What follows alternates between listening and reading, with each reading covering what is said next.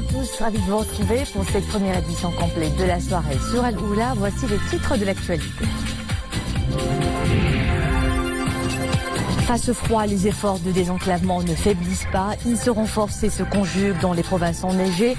Sur haute instruction royale, les actions humanitaires de proximité se multiplient au profit des populations enclavées. Dans un instant, reportage à Umichil. Nous irons également à Ifrane, toujours blanchi par les fortes chutes de neige qui se sont intensifiées cette semaine. Là encore, les opérations de déneigement prennent place et prêtent main forte à la population.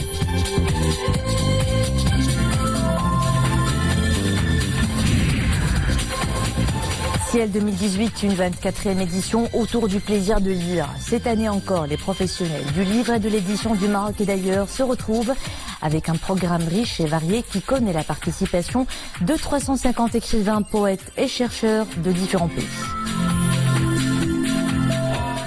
Depuis presque une semaine maintenant, des régions entières sont blanchies par la neige.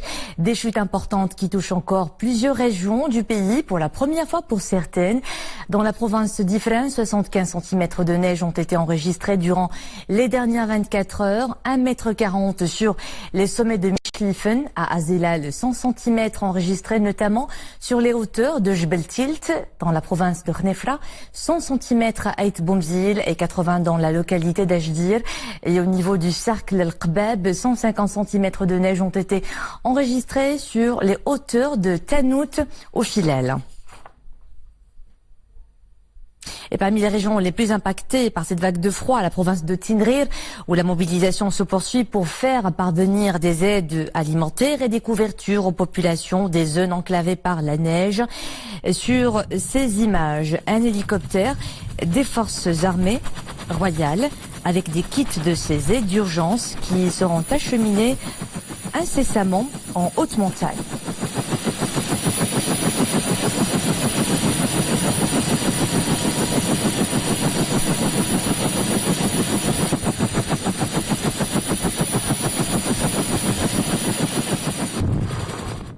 Et nous rappelons que Sa Majesté le roi Mohammed VI a donné ses hautes instructions aux départements gouvernementaux et aux services concernés pour poursuivre la mobilisation et déployer davantage d'efforts en vue de désenclaver les populations des régions affectées par cette vague de froid. Une population en mal d'accès aux soins. Et c'est justement pour cette raison que des caravanes médicales prennent place dans différentes provinces dans le cadre du programme Riaya du ministère de la Santé. Une offre de proximité, nous le verrons, à Imilchil où un hôpital mobile est installé. Nisrina Ozdar nous en dit plus. En cette saison hivernale où les températures sont au plus bas, la mobilisation sanitaire des services concernés est sans faille. À Imilchil, où un hôpital mobile a été installé, le staff médical travaille d'arrache-pied jour et nuit pour porter assistance aux patients venus des zones touchées par cette vague de froid sans précédent. Que Dieu préserve Sa Majesté le Roi. J'ai fait des analyses et on m'a donné les médicaments prescrits par les médecins. On s'est également chargé de nos frais de déplacement. On prend bien soin de nous ici. Cette vague de froid est très dure. Les fortes chutes de neige ont bloqué les routes. On avait besoin de cet hôpital. Tout va bien maintenant. Avec une capacité d'accueil de 30 lits, cet hôpital mobile propose plusieurs spécialités. D'ailleurs, plus de 2000 examens y ont été réalisés ces derniers jours. En application des hautes orientations royales, le département de la santé se mobilise fortement avec d'autres départements et intervenants dans le cadre de cette campagne de lutte contre les effets néfastes de la vague de froid. Aujourd'hui, on est à Imilchil, dans un hôpital civil mobile, un hôpital qui est équipé d'un laboratoire d'analyse biologique, des unités de radiologie, des examens exploratoires. Au total, 43 hôpitaux du ministère de la Santé et 9 unités médicales ont été mobilisées à travers tout le royaume pour atténuer les effets de cette vague de froid. Face à cette situation météorologique extrême marquée par une forte baisse des températures, la mobilisation ne faiblit donc pas. Sur haute instruction royale, les actions humanitaires se poursuivent dans les régions les plus enclavées par la neige. Et parmi ces actions, celles menées par les hôpitaux médicaux chirurgicaux de campagne déployés à Chichawa et Tenrir. Et justement, dans la commune de Amsmrir à Tenrir, ce reportage a fait le point sur la contribution des éléments de la gendarmerie royale dans l'opération de distribution de denrées alimentaire à la population. Nordine Nafi et Mohamed Aïtlishkar. La zone est couverte de neige, mais désenclavée au plan médico-sanitaire depuis le début de cette vague de froid. L'hôpital médico-chirurgical de campagne est pluridisciplinaire. Premier bilan des activités de cette structure de proximité. À la date d'hier, cet hôpital a reçu 10 300 patientes et patients qui ont bénéficié de plus de 3 000 prestations médicales. Nous avons procédé à plusieurs opérations chirurgicales dans diverses spécialités et supervisé l'accouchement de 6 femmes.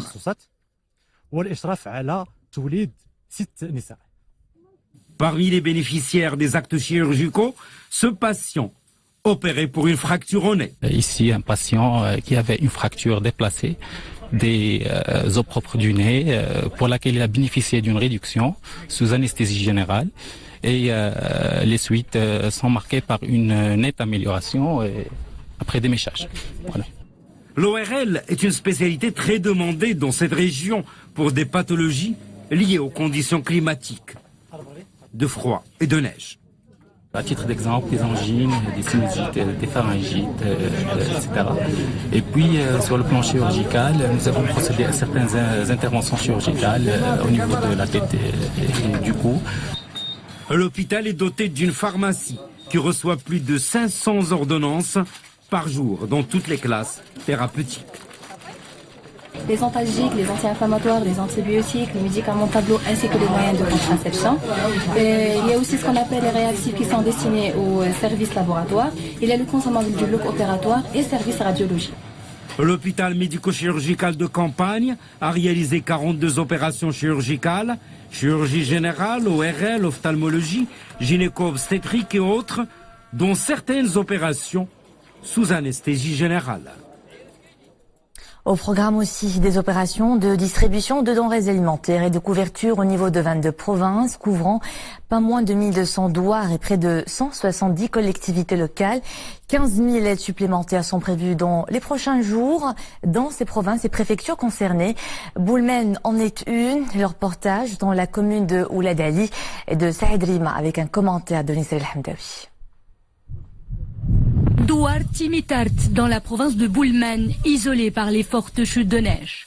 Difficile donc pour la population locale de sortir se ravitailler dans ce mauvais temps. L'aide acheminée par les autorités locales apporte du réconfort aux habitants des villages enclavés.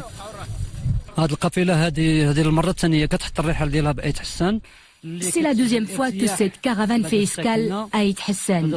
Cette opération met du baume au cœur de la population locale. Nous remercions toutes les personnes qui ont contribué à la réussite de ces initiatives.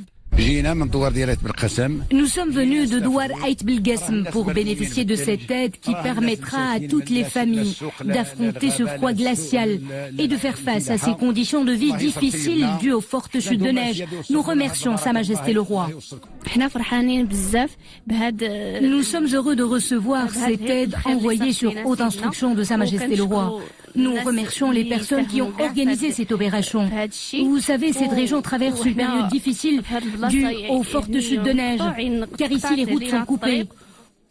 Au total, 5000 kits bénéficieront à 51 douars relevant de la commune Oulad Ali.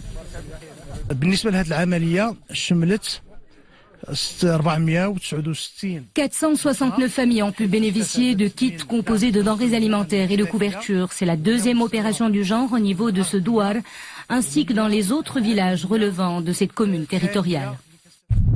Plus qu'une aide, ce point de rassemblement aura permis à ces familles de sortir quelques heures de leur isolement, d'échanger et de recevoir un peu de chaleur humaine. Et cet épisode neigeux isole des villages entiers et mobilise d'importants moyens humains et logistiques qui s'activent toujours à désenclaver. Déblaiement des routes coupées par la neige et aide alimentaire, nous le verrons cette fois-ci à Ifrane avec Ahmed Fadeli et Zakaria Moukinbillah.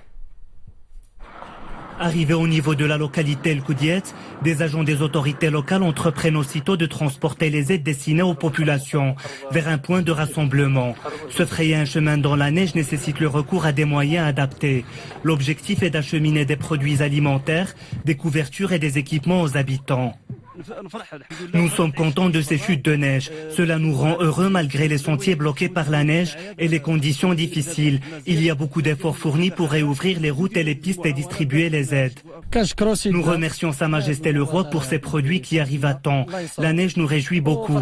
Malgré la baisse des températures, les habitants sont contents. Plusieurs services sont mobilisés afin de garantir la distribution des aides. Les éléments de la protection civile sont présents en nombre. Les motoneiges entrent ensuite en action. Les produits alimentaires sont transportés ainsi jusqu'aux zones enclavées. Dans ces conditions climatiques difficiles, la forte mobilisation permet d'alléger les effets du froid sur les populations. La distribution des aides alimentaires au profit de la population se poursuit dans de bonnes conditions, grâce aux efforts de tous les services concernés, dans la direction de l'équipement, les autorités locales, la Sûreté nationale, la Gendarmerie royale et la protection civile, ainsi que la participation active de la population dans cette opération. L'objectif est de garantir la distribution des produits et d'être au plus près des citoyens. Les habitants des Douar bénéficient des produits alimentaires dont ils ont fortement besoin en ces temps de grand froid. La deuxième phase de l'opération de distribution des aides se poursuit dans de bonnes conditions et devrait concerner plus de 3000 familles dans la province d'Ifrane. La campagne nationale de vaccination se poursuit, une opération qui a permis aujourd'hui d'atteindre en moyenne un taux de couverture de 95%, alors que certains vaccins arrivent à une couverture de presque 100%. Le Maroc a pu introduire plus de 13 vaccins, dont 12 dédiés aux enfants de moins de 5 ans. Le reportage à Casablanca est signé Sarah Katir. C'est vers le centre de santé le plus proche que la mère de Fatem Zahra, 14 mois, s'est rendue afin de suivre le calendrier de vaccination de sa petite fille. Un calendrier précis et concis et qui permet à cette maman et à d'autres à travers le royaume de mieux protéger leur progéniture contre plusieurs maladies. Le programme de vaccination marocain a permis de limiter la mortalité infantile ou le handicap. Le calendrier de vaccination marocain est l'un des meilleurs dans la région MENA. Et au Maroc, la vaccination a permis d'atteindre en moyenne un taux de couverture de 95%, alors que certains vaccins arrivent même à une couverture de 99%. C'est indispensable de vacciner les enfants et moi je préfère amener ma fille se faire vacciner ici parce que le ministère de la Santé suit dans ce domaine le programme de l'OMS.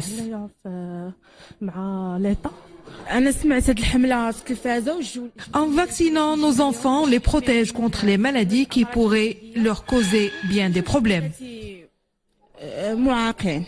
Grâce à la vaccination, le Maroc est parvenu à réduire de façon palpable le nombre de personnes atteintes de plusieurs maladies infectieuses. Aujourd'hui, le Maroc a pu introduire plus de 13 vaccins, dont 12 vaccins dédiés aux enfants de moins de 5 ans et un autre vaccin pour la femme contre la maladie du tétanos néonatal. Les experts de la sécurité mondiale ont conclave pour la 9e édition de Marrakech Security Forum, une 9e édition qui se penche sur les menaces émergentes et les nouveaux risques de conflictualité en Afrique. Plus de 300 participants de haut niveau du continent, mais aussi d'Europe, d'Asie et d'Amérique, analysent et échangent leurs expériences. Les participants débattent de thématiques se rapportant à l'Afrique face aux défis asymétriques et aux ennemis de l'ère numérique, à Daesh. D'autres questions sont au menu des débats. La place du renseignement dans l'architecture sécuritaire de lutte contre le terrorisme et la stratégie marocaine de lutte contre la radicalisation et l'extrémisme violent.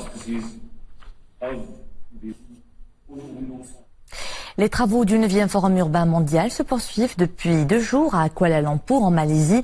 Un événement initié par le programme ONU Habitat sous le thème Ville 2030 des villes pour tous, mettre en œuvre le nouvel agenda urbain.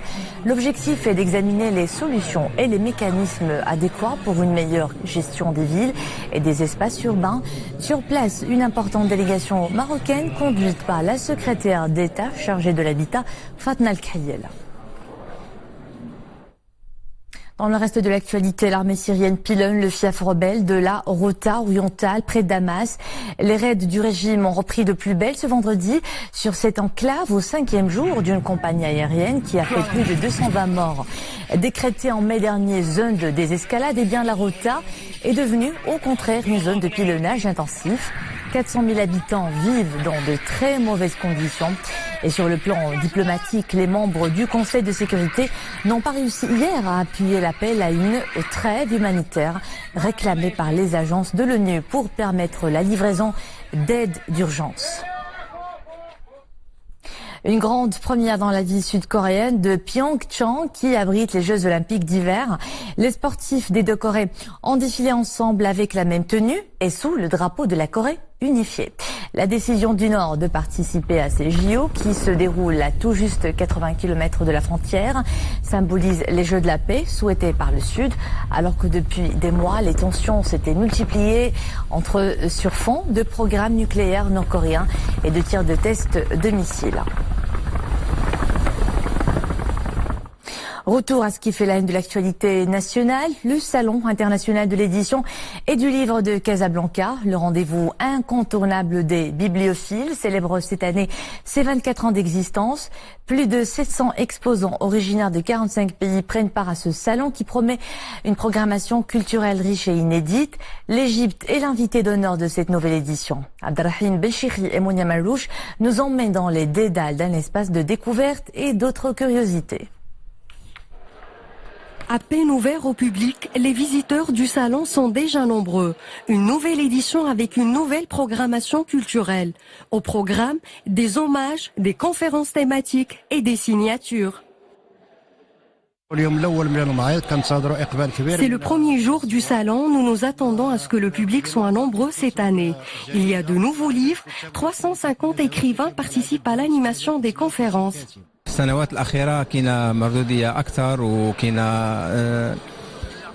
Durant les dernières années, les écrivains marocains étaient présents au ciel à travers leurs différentes créations. J'espère que cette édition nous ouvrira de nouveaux horizons et nous permettra de rencontrer de nouveaux écrivains.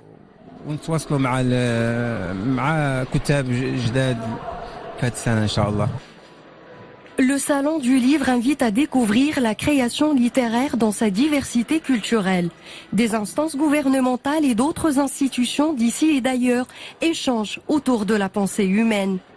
Nous avons une politique du livre à l'ambassade de France qui consiste à rapprocher à la fois les écrivains, les traducteurs, les éditeurs et tout le domaine du livre. Et donc, au moment du salon, nous invitons un certain nombre d'écrivains français, mais aussi d'écrivains marocains, parce qu'il s'agit d'une rencontre et d'échanges importants. Plus de 700 maisons d'édition en provenance de 45 pays sont présents au sein de cette agora culturelle. Pour ce qui est de l'offre éditoriale, elle dépasse les 124 000 titres. Et c'était le clap de fin de ce journal. Merci à vous de nous suivre. L'info est de retour en arabe à 20h30 avec Nadia El Moden. Au plaisir de vous retrouver demain.